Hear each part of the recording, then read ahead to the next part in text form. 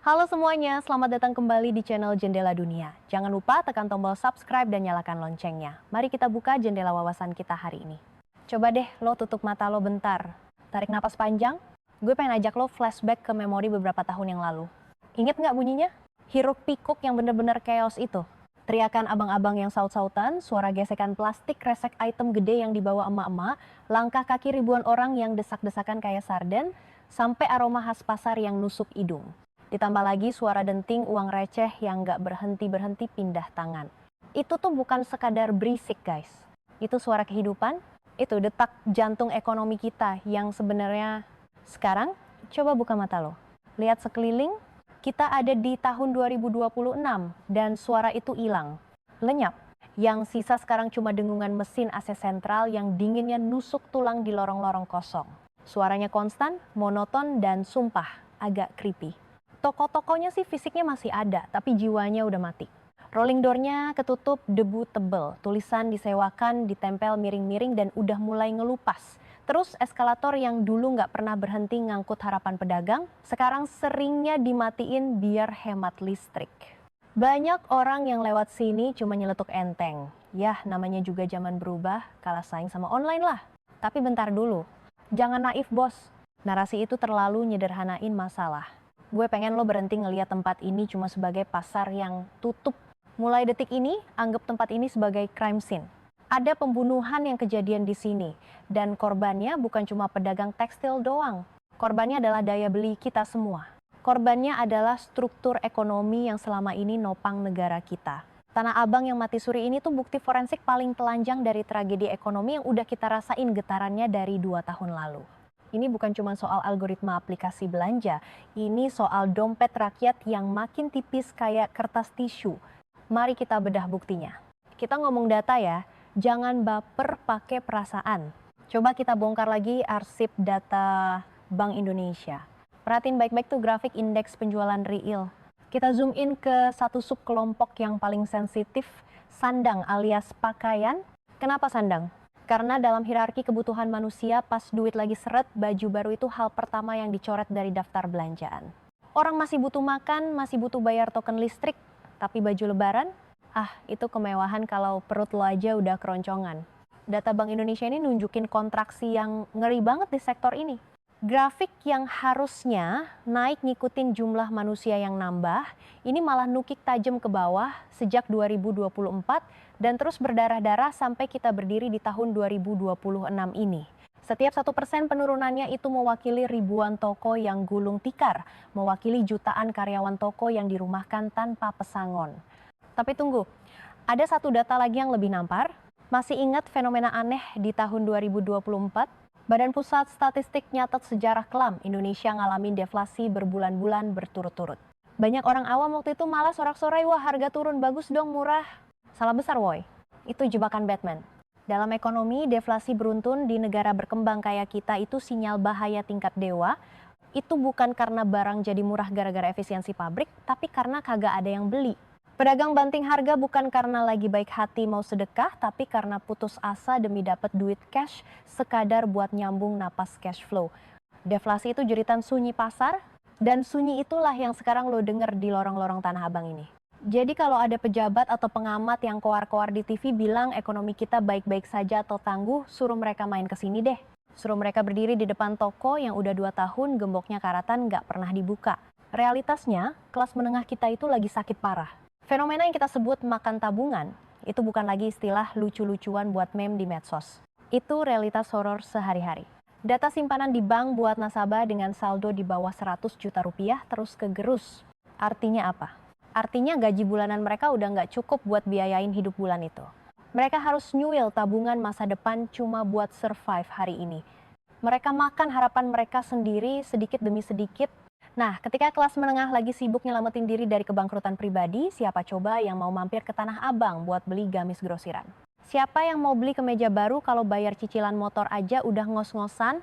Inilah benang merah yang harus lo pahamin. Tanah Abang yang kosong melompong ini cuma gejala. Penyakit utamanya ada di sistem metabolisme ekonomi kita yang gagal ngeratain kesejahteraan. Kita lagi nonton efek domino yang udah jatuh di kepingan terakhir. Kepingan pertamanya sebenarnya udah jatuh lama banget pas inflasi bahan pangan meroket tapi gaji nggak naik-naik. Pas lapangan kerja formal makin sempit dan semua orang dipaksa jadi pekerja lepas tanpa jaminan. Lo mungkin mikir, ah gue kan gak jualan baju, gue aman lah kerja di kantoran. Yakin lo? Pikir lagi deh. Kalau pusat perputaran uang tunai terbesar di Asia Tenggara ini aja bisa tumbang, apa yang bikin lo mikir industri tempat lo kerja itu kebal? Logikanya gini, kalau pedagang di sini nggak punya duit, mereka nggak bakal belanja di warung lo, nggak bakal pakai jasa lo, dan nggak bakal beli produk pabrik tempat lo kerja. Ini lingkaran setan, dan kita semua kejebak di dalamnya. Sekarang mari kita bedah mitos terbesarnya. Banyak banget pakar dadakan di kolom komentar yang bilang, ah ini kan cuma pergeseran zaman, pasar sepi karena semua orang pindah belanja ke online, pedagang tanah abangnya aja yang kolot nggak mau adaptasi. Kedengeran masuk akal? Sekilas sih iya. Tapi kalau lo telan mentah-mentah argumen itu di tahun 2026 ini fix lo lagi dibodohin, itu simplifikasi yang bahaya banget. Kita ini lagi ngeliat runtuhnya sebuah imperium ekonomi yang udah bertahan lebih dari 300 tahun. Tanah Abang itu udah ada dari zaman VOC tahun 1735. Pasar ini selamat dari krisis moneter 98, selamat dari kerusuhan politik, bahkan selamat dari pandemi global kemarin. Tapi sekarang hancur lebur. Bukan karena virus, bukan karena bom, tapi karena algoritma. Dan kehancuran ini punya efek domino yang ngeri. Lorong kosong di Tanah Abang itu terhubung langsung kayak kabel listrik sama gerbang pabrik yang digembok di Jawa Barat dan Jawa Tengah. Coba kita lihat data Asosiasi Pertekstilan Indonesia sama data Kemenprin dari tahun 2024 sampai 2025 kemarin. Gelombang PHK di industri tekstil dan produk tekstil itu bukan lagi sekadar alarm bahaya, itu udah masuk fase pembantaian massal. Ratusan ribu buruh di Majalaya, Bandung, Semarang, sampai Solo dirumahkan. Kenapa? Karena orderan mati. Logikanya sederhana tapi nyakit no hati. Pedagang grosir di Tanah Abang itu klien utamanya pabrik-pabrik konveksi lokal ini. Ketika lapak pedagang di Jakarta numpuk stok karena kalah saing harga, mereka berhenti order ke pabrik. Ketika order berhenti, mesin pabrik mati. Ketika mesin mati, ya buruh dipecat lah. Jadi ketika lo lihat satu toko tutup di Jakarta, itu artinya ada satu keluarga di Jawa Barat yang piring nasinya kosong. Sekarang mari kita masuk ke jantung masalahnya. Siapa pembunuh sebenarnya? Kita sering dengar istilah inisiatif cross border yang sempat viral beberapa tahun lalu. Dan kita banyak yang lupa, tapi dampaknya permanen. Ini bukan sekadar jualan online guys. Ini adalah perang algoritma. Cara kerjanya gini, dan tolong perhatiin karena ini sadis banget. Platform raksasa ini nggak cuma nyediain lapak, mereka memanen data. Mereka tahu persis baju model apa yang laku keras di Tanah Abang, bahan apa yang disukain orang Indonesia, dan di harga berapa orang rela antre. Setelah datanya dapat, apa yang terjadi? Mereka nggak nyuruh pabrik lokal di Cibaduyut atau Soreang buat bikin, nggak bos. Data itu dikirim ke pabrik raksasa di luar negeri, diproduksi massal dengan skala gila-gilaan, terus dikirim balik ke sini dengan harga yang nggak masuk akal. Inilah yang disebut predatory pricing. Dan secara matematis, pedagang konvensional mustahil menang. Gue kasih hitungan kasarnya biar lo paham. Bayangin seorang pedagang lokal mau jual kemeja. Biaya kain, biaya jahit di konveksi lokal, biaya sewa toko, biaya gaji karyawan, plus profit margin tipis buat makan. Katakanlah harga pokok produksinya jatuhnya Rp60.000. Dia jual Rp75.000. Itu udah murah banget kan? Tiba-tiba di layar HP konsumen muncul produk yang sama persis. Visualnya lebih kinclong, diantar sampai depan rumah, harganya Rp35.000. Gila nggak tuh? Rp35.000 itu bahkan belum cukup buat beli kainnya doang di pasar lokal. Kok bisa? Ya karena barang impor ini disubsidi. Platform dan seller asing ini ngelakuin bakar uang atau dumping buat matiin kompetisi. Mereka jual rugi dulu. Tujuannya satu, matiin pedagang lokal, matiin UMKM, kuasain pasar 100%. Kalau kompetitor udah mati semua, baru deh pelan-pelan harga dinaikin. Itu strategi kuno, tapi dengan bantuan big data, eksekusinya jadi presisi banget dan mematikan.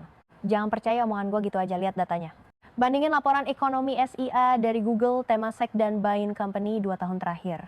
Nilai gross merchandise value e-commerce di Indonesia tembus ratusan triliun rupiah dan terus naik. Angkanya fantastis, grafiknya nanjak terus ke langit. Tapi coba sandingkan data itu sama data Perumda Pasar Jaya soal trafik pengunjung fisik. Terjun bebas, bro. Artinya apa? Uang yang berputar itu nggak hilang. Uang itu cuma pindah. Dari tangan jutaan pedagang kecil, buruh angkut, dan pemilik warung makan di sekitar pasar tersedot masuk ke segelintir raksasa teknologi dan pabrik asing. Kita nggak lagi bicara soal siapa yang lebih inovatif. Kita bicara soal pertarungan antara pedagang yang mikul biaya sewa gedung dan pajak ngelawan raksasa digital yang bisa manipulasi harga dan traffic sesuka hati mereka. Ini bukan kompetisi, ini eksekusi. Dan bagian paling ngerinya, kita sebagai konsumen ikut narik pelatuknya setiap kali kita check out barang murah tanpa mikir panjang. Kita pikir kita untung dapat barang murah, padahal kita lagi ngegadain ekonomi tetangga kita sendiri. Tapi tunggu dulu. Kalau pedagang mati, buruh di PHK, terus siapa yang punya duit buat belanja di tahun 2026 ini? Disinilah ironi terbesarnya. Kita lagi menuju ke sebuah fenomena ekonomi baru, kemiskinan yang tak terlihat. Orang-orang masih bisa makan, masih punya HP, tapi mereka hidup dari nyuil tabungan, dari utang, dari harapan palsu. Mereka kelihatan normal, tapi dalamnya sudah keropos. Dan ketika masa yang keropos ini makin besar, konsumsi domestik bakal runtuh total. Ini makin platform digital yang dulunya pesta pora bakal kehabisan pembeli juga. Ini bukan kemenangan teknologi atas tradisional, ini bunuh diri masalah ekonomi. Sekarang gue mau ajak lo turun sebentar dari menara gading data makro. Kita lupain dulu grafik saham yang naik turun gak jelas itu, dan kita duduk santai di pinggir jalan. Gue mau ngenalin lo sama seseorang. Kita sebut aja namanya Pak Budi. Pak Budi ini bukan angka statistik, dia nyata. Dia pedagang tekstil di salah satu pusat grosir legendaris di Jakarta, lo pasti tahu tempatnya. Sekarang di awal tahun 2026 ini, Pak Budi duduk termenung di kiosnya. Di belakang punggungnya ada tumpukan stok gamis, kemeja, dan celana jeans senilai 1 miliar rupiah. 1 miliar guys. Duit segitu bagi Pak Budi bukan cuma angka di kertas, itu tabungan haji dia, uang kuliah anaknya, dan dana pensiun dia sama istrinya. Semuanya jadi stok mati, jadi monumen debu. Lo tahu apa yang paling nyakit no hati? Pak Budi nggak salah apa-apa, dia nggak males. Dia buka toko jam 8 pagi, tutup jam 5 sore, tiap hari selama 20 tahun. Tapi kenapa sekarang dia yang jadi beban? Kenapa aset 1 miliarnya berubah jadi rongsokan tekstil yang bahkan dikasih gratis pun orang mikir 2 kali buat ambil? Jawabannya bukan cuma karena harga barang impor murah. Itu jawaban klise? Jawabannya ada di dalam kepala kita sendiri. Ada perubahan DNA belanja yang terjadi pasca COVID dan sekarang udah permanen di tahun 2026. Coba ingat-ingat lagi cara orang tua kita belanja dulu. Itu namanya belanja dengan niat. Prosesnya sakral coy. Mandi dulu, dandan rapi, siapin uang cash, naik angkot atau motor, jalan ke pasar, pegang bahannya, ini katun beneran apa bukan, terus ada ritual tawar-menawar, ada interaksi manusia, ada kiaringat, ada usaha. Sekarang DNA itu udah bermutasi total jadi impulse buying. Kita nggak lagi pergi belanja yang nyamperin kita. Lo lagi rebahan jam 2 pagi, insomnia kumat, scroll layar HP, tiba-tiba ada host live shopping teriak-teriak. Etalase nomor 5 kak, cuma sisa 2. Siapa cepet dia dapet, check out sekarang atau nyesel seumur hidup. Dopamin lo meledak, jantung lo deg-degan. Tanpa mikir panjang, jari lo nari-nari di layar, dan voila, transaksi berhasil. Lo nggak butuh barangnya, lo cuma butuh sensasi menangnya. Lo cuma butuh validasi bahwa lo berhasil ngamanin barang limited itu. Disinilah letak satire kehidupan kita sekarang. Tanpa sadar kita semua lagi selingkuh massal. Ya, lo nggak salah dengar, kita selingkuh dari tetangga kita sendiri. Dulu kita setia sama Pak Budi di pasar, sama Bu Ija di warung kelontong. Kita punya hubungan emosional. Kita tanya kabar anak mereka pas beli beras. Tapi sekarang, kita selingkuh sama mas-mas kurir paket. Jujur aja, suara motor siapa yang paling bikin hati lo bergetar sekarang?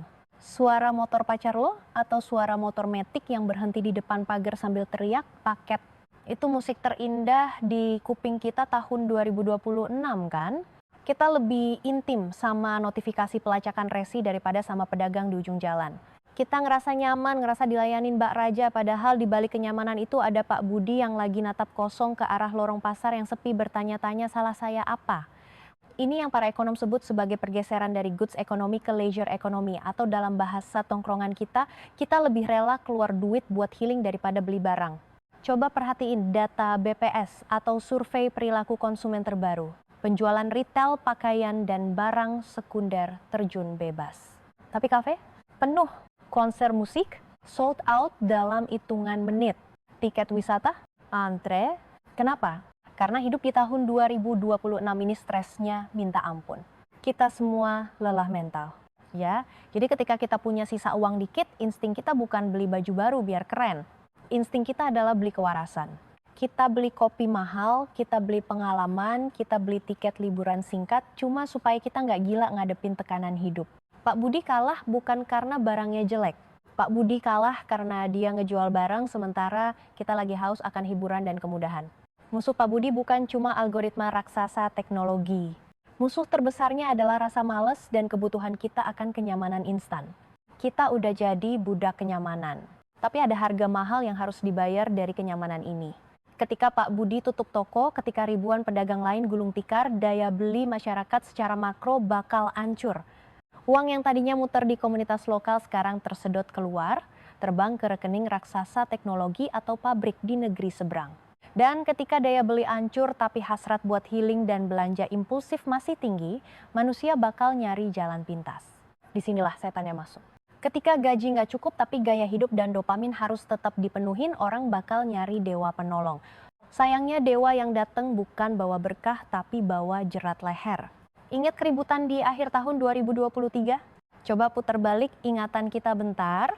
Waktu itu Tanah Abang teriak, pedagang pasar histeris, dan pemerintah dengan gaya heroiknya ngeluarin jurus bernama Permendag nomor 31 tahun 2023. Tujuannya mulia sih, nyelamatin UMKM.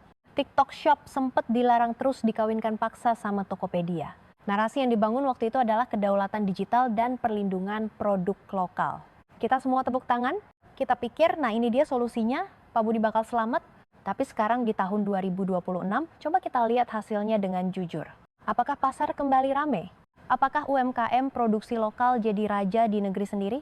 Omong kosong, yang terjadi hanyalah ganti baju. Barang impor murah itu tetap membanjiri beranda kita, cuma beda pintu masuknya aja. Manuver Tokopedia dan TikTok waktu itu bukan kemenangan nasionalisme, itu kemenangan kapitalisme adaptif. Mereka cuma butuh lisensi supaya keran impor tetap jalan. Dan kita, konsumen serta pemerintah telat nyadarin satu hal fundamental. Kita nggak lagi ngelawan sebuah aplikasi. Kita lagi ngelawan evolusi rantai pasok global yang brutal. Masalah utamanya bukan di keranjang kuning atau keranjang hijau. Masalahnya adalah kematian konsep middleman atau perantara. Selama puluhan tahun ekonomi Indonesia ditopang sama jutaan perantara. Importir gede jual ke distributor, distributor jual ke grosir Tanah Abang, grosir jual ke pedagang eceran di daerah, baru sampai ke tangan lo. Setiap tangan ngambil untung, setiap tangan ngehidupin keluarga, inilah struktur ekonomi konvensional kita. Tapi algoritma tahun 2026 udah motong leher semua perantara itu. Model bisnis hari ini adalah factory to consumer. Pabrik di Guangzhou, Shenzhen, atau Yiwu nggak butuh lagi Pak Budi sebagai perantara. Mereka punya data, mereka punya algoritma. Mereka tahu lo butuh casing HP warna ungu polkadot bahkan sebelum lo nyarinya di kolom search. Lewat layar HP, pabrik di China langsung salaman sama jempol lo di Indonesia. Lantas di mana posisi Pak Budi? Di mana posisi pedagang grosir? Mereka kehapus. Mereka jadi nggak relevan. Bukan karena mereka males, tapi karena secara struktur efisiensi digital nggak mentolerir adanya orang tengah yang cuma oper barang tanpa ngasih nilai tambah. Pemerintah kita panik? Jelas. Tapi responnya ibarat ngobatin kanker pakai plester luka. Nutup pintu cross-border commerce secara regulasi itu kayak nyoba nahan air bah pakai saringan teh. Bocor di mana-mana. Data Bea Cukai mungkin nyatet penurunan impor resmi jalur tertentu, tapi kalau kita lihat data realitas lapangan, volume barang konsumsi asing yang beredar nggak berkurang. Mereka masuk lewat gudang-gudang logistik berikat yang legal, disetok di pinggiran Jakarta, terus dikirim instan ke depan pintu rumah lo. Labelnya dikirim dari Jakarta tapi isinya 100% asing. Ini ilusi optik ekonomi terbesar dekade ini. Kita ngerasa aman karena aplikasinya buatan anak bangsa atau udah merger sama perusahaan lokal, tapi jantung suplainya tetap dikendaliin dari luar.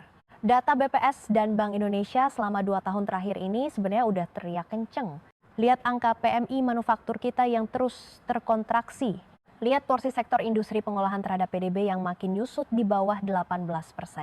Itu artinya apa? Artinya kita perlahan tapi pasti berubah dari bangsa pembuat barang jadi bangsa penjaga toko buat barang orang lain. Dan ketika peran penjaga toko itu pun diambil alih sama algoritma, habislah kita. Pertanyaan sulit yang harus kita ajuin ke para pembuat kebijakan di Senayan dan Istana, apakah proteksi dan larangan-larangan itu efektif? Atau jangan-jangan itu cuma pil penenang buat nunda kematian yang tak terelakkan? Kita sibuk debat soal izin aplikasi sementara negara lain, sibuk bangun ekosistem produksi yang efisien. Kita sibuk bikin aturan siapa yang boleh jualan, sementara supply chain global sibuk mangkas biaya logistik sampai titik nol. Kita gagal beradaptasi secara organik. Struktur pasar kita rapuh karena terlalu lama dimanja sama konsumsi bukan produksi. Jadi ketika badai tech deflation ini ngehantam, ketika barang jadi sangat murah dan sangat mudah didapat langsung dari sumbernya, jutaan orang yang hidupnya bergantung dari menjual kembali barang orang lain, tiba-tiba kehilangan piring nasinya. Gila kan? Kita hidup di zaman di mana belanja itu paling gampang, tapi cari duit jadi paling susah. Sistemnya rusak, fondasinya keropos. Dan ketika fondasi ekonomi makro ini jebol, runtuhannya nimpa kelas menengah yang paling rentan. Mereka yang kehilangan bisnis, mereka yang kena PHK karena pabrik lokalnya tutup kalah saing, mereka yang tokonya sepi kayak kuburan, mereka semua butuh uang sekarang. Dan disinilah lingkaran setan itu jadi sempurna. Ketika sistem ekonomi formal gagal nyediain jaring pengaman dan ketika dagang nggak lagi ngehasilin duit, manusia yang putus asa bakal nyari jalan pintas. Mereka nggak lagi nyari profit, mereka nyari keajaiban. Dan di tahun 2026 ini keajaiban itu dijual murah dalam bentuk aplikasi di HP lo. Bukan aplikasi belanja tapi aplikasi yang ngejanjiin kekayaan instan lewat putaran roda dan kartu. Jadi siapa pembunuhnya? Kita udah ngomongin sejarah emasnya. Kita udah bedah teknologinya, kita lihat rantai pasoknya yang hancur, dan tadi kita saksiin keputusasaan manusia-manusianya. Sekarang di penghujung investigasi ini, saatnya kita jatuhin vonis. Apakah kematian Tanah Abang dan pasar-pasar grosir lain di Indonesia adalah kasus pembunuhan berencana? Apakah ini kasus bunuh diri massal? Atau jangan-jangan ini sekadar seleksi alam yang kejam yang biasa kita sebut dengan nama yang lebih sopan, evolusi? Mari kita bedah satu persatu. Pertama, tuntutan atas pembunuhan berencana. Terdakwanya jelas, predatory pricing yang difasilitasi sama raksasa teknologi dan pembiaran sama regulator. Kita nggak bisa tutup mata sama data. Kalau kita lihat laporan Asosiasi Pertekstilan Indonesia sejak 3 tahun lalu sampai data BPS awal 2026 ini, volume impor pakaian jadi dan tekstil ilegal itu angkanya gila-gilaan. Kita bicara tentang ratusan ribu ton barang yang masuk lewat jalur tikus maupun jalur resmi yang dimanipulasi, langsung ngebanjirin platform social commerce. Algoritma platform ini nggak didesain buat adil. Algoritma didesain buat murah dan cepat. Ketika sebuah aplikasi bisa motong middleman, motong importir, motong grosir, motong pedagang blok A, bahkan motong pabrik konveksi di Soreang dan Solo, dan langsung ngehubungin pabrik di Guangzhou ke pintu rumah lo di Depok dengan harga yang nggak masuk akal, itu pembunuhan sistematis terhadap rantai pasok lokal. Dan regulasi? Regulasi kita selalu telat. Revisi Permendak yang kita ributin di tahun 2023 dan 2024 itu ibarat masang plester di luka tembak. Efektif sebentar tapi pendarahannya jalan terus lewat celah lain. Jadi ya, ada tangan berdarah dari sistem perdagangan global yang membunuh pasar ini. Tapi tunggu dulu, kita harus adil. Tuntutan kedua adalah bunuh diri. Sakit dengernya tapi kita harus jujur. Ada arogansi yang sempat tumbuh di masa jaya. Ingat masa-masa ketika Tanah Abang macet total. Ketika pedagang duduk manis, kipas-kipas uang, dan pembeli yang harus ngemis diskon, mentalitas nunggu bola ini yang jadi racun. Data dari Kementerian Koperasi dan UKM pernah nunjukin, meski onboarding digital digenjot, tingkat retensi dan keaktifan pedagang pasar tradisional di platform digital itu rendah banget. Banyak yang masuk tapi nggak engage. Mereka nganggep online itu cuma sampingan bukan nyawa utama. Ketika perilaku konsumen berubah drastis pasca pandemi, ketika Gen Z lebih percaya review TikTok daripada rayuan pedagang di lorong pasar, banyak pedagang senior yang nolak beradaptasi. Mereka keukuh mikir nanti juga rame lagi. Itu bentuk bunuh diri perlahan, nolak berenang pas kapal udah bocor. Jadi apa vonis akhirnya?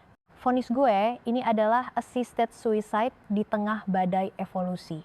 Kombinasi mematikan antara serangan eksternal yang brutal dari teknologi global, regulasi yang gagap, dan kegagalan internal pedagang buat bermutasi. Lantas gimana nasib Tanah Abang di sisa tahun 2026 ini dan ke depannya? Apakah gedung-gedung itu bakal diratain sama tanah? Gue rasa nanggak. Gedungnya bakal tetap ada, tapi fungsinya bakal berubah total. Tanah Abang nggak bakal mati, tapi dia bakal kehilangan jiwanya. Di masa depan, atau bahkan yang udah mulai kita lihat sekarang, blok-blok pasar itu nggak lagi jadi tempat tawar-menawar yang riuh. Nggak ada lagi teriakan, boleh kak mampir kak. Blok-blok itu bakal berubah fungsi jadi gudang raksasa atau fulfillment center. Lantai-lantai atas yang sepi bakal disewa murah buat jadi studio live streaming. Bukan lagi toko dengan etalase kaca, tapi bilik-bilik kecil kedap suara dengan ring light dan green screen. Pedagangnya bukan lagi Pak Haji atau Bu Haja yang hafal jenis kain, tapi host bayaran yang kerja shift 4 jam sekali, baca skrip, teriak-teriak tap-tap layar ke kamera HP, ngejual barang yang bahkan mereka nggak tahu siapa yang jahit. Ekonomi kerakyatan yang berbasis interaksi manusia, kepercayaan, dan silaturahmi pelan-pelan digantiin sama ekonomi algoritma yang berbasis data, efisiensi, dan traffic. Ini akhir dari sebuah era. Bagi lo para penonton mungkin ini kedengeran biasa aja, yang penting barang murah. Tapi bayangin dampaknya dalam jangka panjang. Ketika pasar fisik mati, kita kehilangan satu lapisan penyangga ekonomi terbesar di negeri ini. Jutaan orang yang gegantungin hidup dari jadi kuli panggul, tukang parkir, penjual makanan di kantin pasar, supir ekspedisi luring, mereka semua tersingkir sama efisiensi digital. Dan kayak yang kita bahas sebelumnya, ketika jutaan orang ini kehilangan pijakan ekonominya dan negara belum siap nampung mereka, masalah sosial baru bakal meledak. Tanah Abang adalah kanvas lukisan ekonomi Indonesia, dan sekarang lukisan itu lagi berubah warna jadi kelabu. Kita nggak bisa muter balik waktu. Kita nggak bisa maksa orang kembali belanja desak-desakan kalau mereka bisa ngelakuinnya sambil rebahan. Itu mustahil. Tapi kita harus sadar bahwa setiap kali kita ngeklik tombol check out di aplikasi yang barangnya dikirim langsung dari luar negeri dengan harga tak wajar, kita lagi ngeletakin satu batu nisan lagi di kuburan ekonomi lokal kita. Pasar boleh berubah, teknologi boleh maju, tapi kalau kemajuan itu makan korban saudara sendiri dalam jumlah jutaan, apakah itu pantas disebut kemajuan? Ada satu hal terakhir yang gue pengen lo ingat. Dalam setiap krisis selalu ada yang survive, selalu ada yang bisa beradaptasi. Di tengah reruntuhan Tanah Abang, sebagian kecil pedagang mulai bermutasi.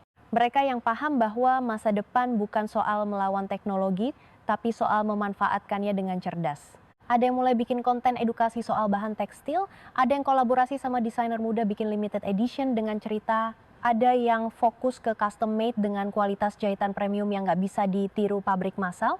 Mereka nggak lagi jualan kain, mereka jualan identitas, jualan kebanggaan pakai produk lokal yang punya soul. Jumlah mereka masih sedikit, tapi mereka bukti bahwa evolusi ekonomi nggak harus selalu berakhir dengan kepunahan total. Pertanyaannya sekarang, mau sampai kapan kita nonton dari pinggir lapangan? Mau sampai kapan kita jadi penonton pasif yang cuma bisa ngeluh tapi nggak ngapa-ngapain? Setiap keputusan belanja lo itu suara. Setiap kali lo milih beli dari pedagang lokal yang transparan soal rantai pasoknya, lo lagi ngasih vote buat ekonomi yang lebih sehat. Setiap kali lo milih produk yang emang dibuat di Indonesia sama tangan-tangan terampil buruh kita, lo lagi investasi ke masa depan yang lebih berkelanjutan. Ini bukan soal nasionalisme murahan, ini soal memahami konsekuensi jangka panjang dari pilihan-pilihan kecil kita sehari-hari. Tanah Abang yang kosong melompong ini adalah alarm terakhir.